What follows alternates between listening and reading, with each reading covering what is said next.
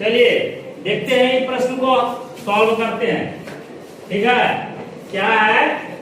1200 का ब्याज 5 जनवरी 1992 से 30 मई 1992 तक 3% वार्षिक की दर से कितना ब्याज होगा? ऑप्शन भी आपके सामने है। प्रश्न बहुत ही आसान है। ब्याज बोल रहा है निकालने के लिए। क्या बोल रहा है? ब्याज निकालने के लिए। तो मूलधन हमें पता है और दर भी हमें पता है, 3% वार्षिक है, लेकिन समय का भी पता नहीं है कि कितना दिन का बोल रहा है निकालने के लिए। तो वो हमें देखना होगा। ठीक है, तो देखिए क्या लिखा हुआ है। 5 जनवरी 1992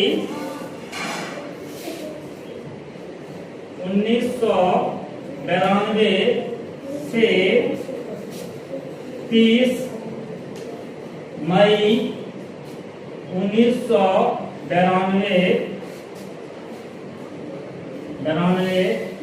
तक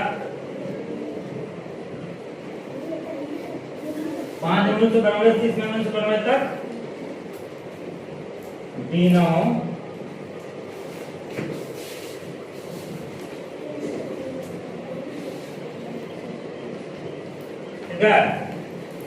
तो देखना है, हमें दिन निकालना है। 1992 से 30 मई 1992 तक कितना दिन है, कितना दिन निकल रहा है, समय क्या कर रहा है। तो देखिए पहले ध्यान देना है कि जनवरी जो है वो कितने दिनों का होता है? 31 दिन का, जिसमें से 5 जनवरी से वो ले रहा है। कितना? 5 जनवरी से। तो 31 दिन का होता है। 31 में यदि हम 5 माइनस कर रहे हैं कितना दिन बचा है? 26 दिन। कितना दिन? 26 दिन। जनवरी तो खत्म हो गया, अब लेना है फरवरी। फरवरी में 28 का होता है और 29 का होता है। तो हमें ये भी पता करना होगा कि 28 का होगा फरवरी की 29 का होगा। तो देखिए यहाँ जो 1992 है वो हमको लग रहा है लीप वर्ष में आ रहा है। लीप वर्ष कैसे निकालते हैं? यदि कोई साल या वर्ष दिया हो और उसको हम 4 से डिवाइड करके देखेंगे, यदि वो 4 से पूरा विभाजित हो जाए तो वो साल लीप वर्ष का लाता है। ठीक है, तो जैसा हमको अनुभव हो रहा है 1992 जो है, यदि इसमें 4 से भाग लगाएंगे तो ये कट जाएगा। यदि कट जाएगा, कैंसिल हो जाएगा, पूरा कैंसिल हो जाता है, तो वो फरवरी कितने दिन का होगा? 29 दिन का होगा। कितना दिन का? 29 दिन का। तो 1992 में 4 से डिवाइड लगाएंगे तो ये कट जाएगा। ये कितना दिन का हो गया? फरवरी 29 दिन का हो गया। उसके बाद फरवरी के बाद क्या आता है? मार्च। मार्च कितने दिनों का होता है? 31 दिन का है, बताइए। आप लोग सिखाए हैं ना, ये देखिए जनवरी फरवरी मार्च 31 दिन का। मार्च के बाद क्या आता है? अप्रैल। अप्रैल कितना दिन का? 30 दिन का। उसके बाद फिर क्या कर रहा है? 30 मई तक। 30 मई तक। तो 30 का 30 हो गया, है ना? 30 मई तक ही लेना है ना। तो दिया होगा जनवरी फरवरी मार्च अप्रैल और मई। अब सबको जोड़ देंगे। क्या कर देंगे? जोड़ देंगे, तभी तो दिनों की संख्या निकलेगा कि कितना दिन का हमको ब्याज मिलने वाला है। तो 0 0 खत्म हो गया। 1 9 और 6 9 और 1 कितना हुआ? 10 6 16 करीब 6 बचल हाथ में कितना बचा? 1 3 3 6 3 9 9 2 11 11 2 13 और कितना हाथ में था? 1 13 1 14। कहने का मतलब है कि 146 दिन। कितना दिन? 146 दिन का ब्याज हमको पता करना है। तो देख लीजिए मूलधन कितना है जी? मूलधन कितना है? 1200 रुपया। देख के भी नहीं बोल सकते हैं। और ब्याज कर रहे हैं। समय कितना दिया हुआ है? समय कितना दिन का है? 146 दिन का निकला। कितना? 146 दिन का ब्याज चाहिए, प्राप्त करना चाहिए हमको। ठीक है, तो समय हो गया 146 दिन। और दर कितना है? दर कितना प्रतिशत है? 3%। तो निकालना क्या है? ब्याज। ब्याज बराबर 1। ब्याज निकालना है। तो देख लीजिए ब्याज बराबर सूत्र क्या होता है? अभी सिखलाए थे ना पिछली कक्षा में। ब्याज बराबर मूलधन गुना समय गुना दर बटा 100। तो देख लीजिए मूलधन कितना है 1200, यहाँ 1200 रुपया लिख देंगे, कोई दिक्कत है।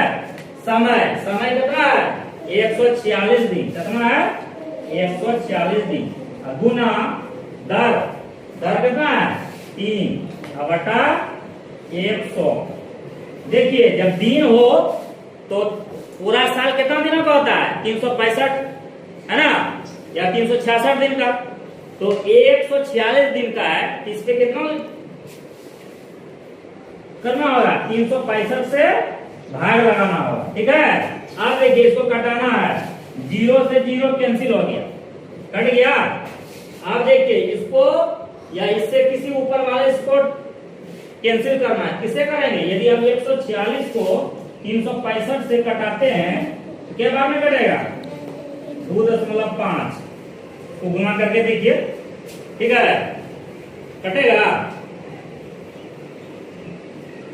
146 गुना 2.5 करके देखिएगा, ठीक है।